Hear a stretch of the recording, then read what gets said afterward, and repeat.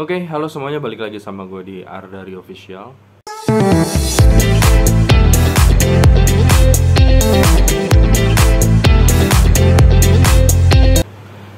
Wah, udah lama banget nih gue, gila, nggak record ya di YouTube konten gue kali ini. Konten kali ini sih gue mau cerita-cerita aja sih, curhat-curhat lah ya. Karena sekarang juga udah akhir tahun ya, nggak kerasa banget nih udah akhir tahun aja nih 2021 ya kan. Kita menyambut 2022 yang semoga emang bencana-bencana bisa kita hindari gitu kan ya. Memang walaupun bencana memang bakal selalu ada gitu, tapi ya seenggaknya kita bisa menghindari ya dan mengambil hikmahnya gitu. 2021 ini tuh gue tuh kayak ngerasa apa ya, seperti flashback ke 2015 gitu, gimana gue kehilangan nyokap gitu kan. Setelah nyokap pergi gitu kan, meninggal gitu, dan gue ngerasa hampa aja gitu, kayak nggak ada tujuan gitu kan, bingung mau ngapain gitu. Sampai akhirnya gue kenal cewek gitu kan, tapi bukannya buat penyemangat gue, justru malah bikin gue tuh makin terpuruk ke hal-hal yang tidak diinginkan gitu kan. Jadinya gue belangsak juga. Jadi ya beda ya, hampir sama kayak 2021 gitu, cuman bedanya 2021 gue jomblo ya kan, alhamdulillah, jadi nggak ngulangin hal-hal yang dulu lagi gitu. Bokap gue juga ninggalin gue gitu kan, sama saudara gue juga gitu kan, adek gue, kakak gue gitu, udah pergi duluan gitu kan, ya nyusul nyokap ya kan.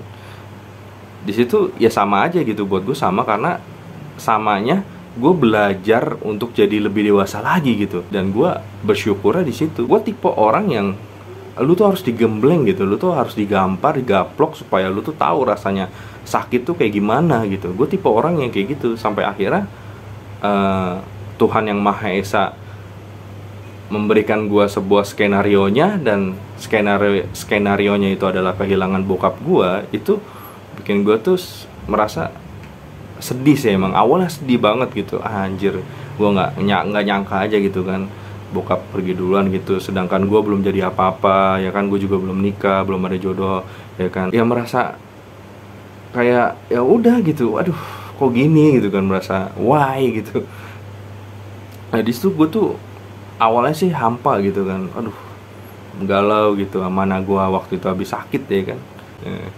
Jadi ya gue kesan kehilangan kedua orang tua tuh ya begitu, kayak hampa, nggak ada tujuan, gue bingung mau ngapain gitu kan.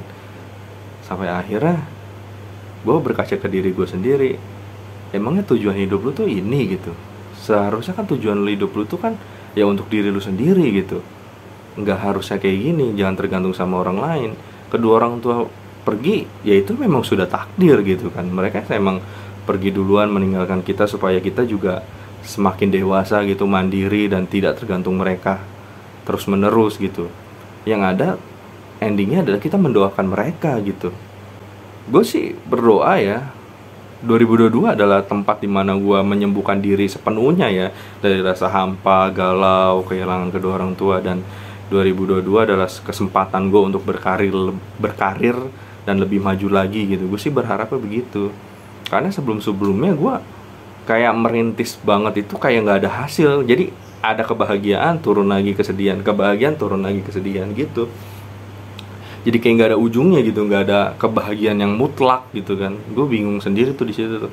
Dan gue juga berdoanya supaya ya ada pendamping hidup lah ya. Kadang-kadang kita merasa hampa juga karena kesendirian sih sebenarnya, kayak nggak ada pasangan gitu kan, nggak ada pacar.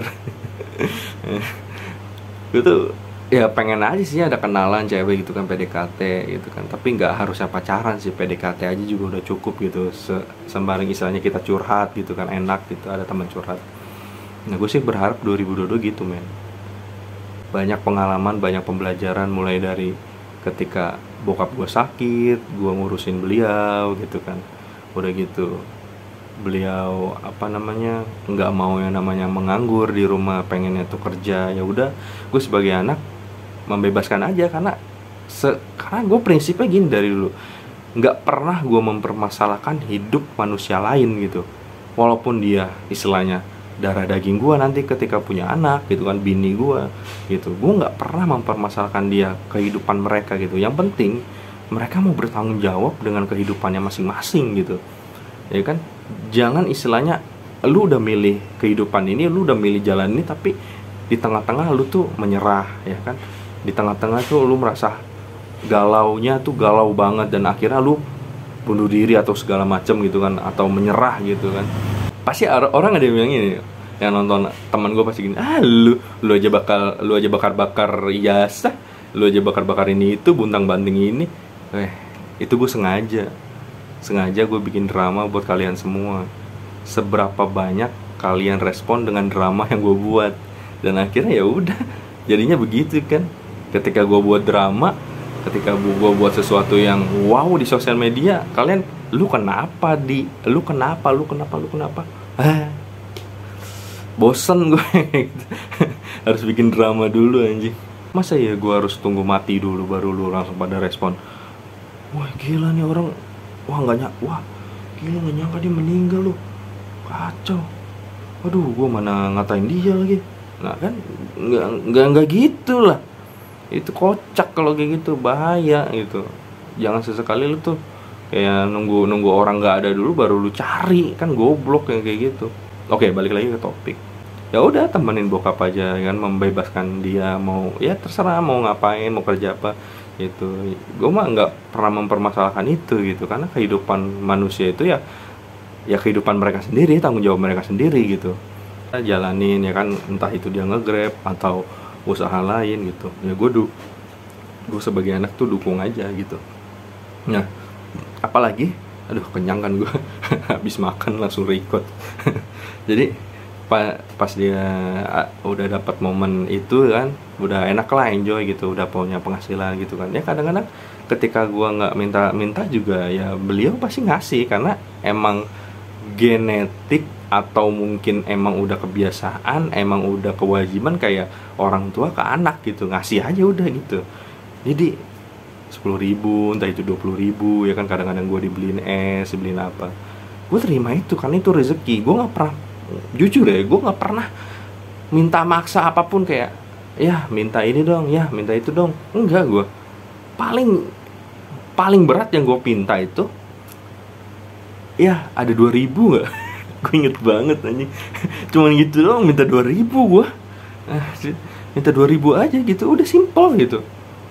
Itu aja buat gue tuh udah gede banget gitu, karena ya nggak enak gitu kan minta ke orang tua, apalagi gue masih nganggur gitu kan sampai sekarang gitu kan, masih belum punya penghasilan lah bahasa halusnya gitu.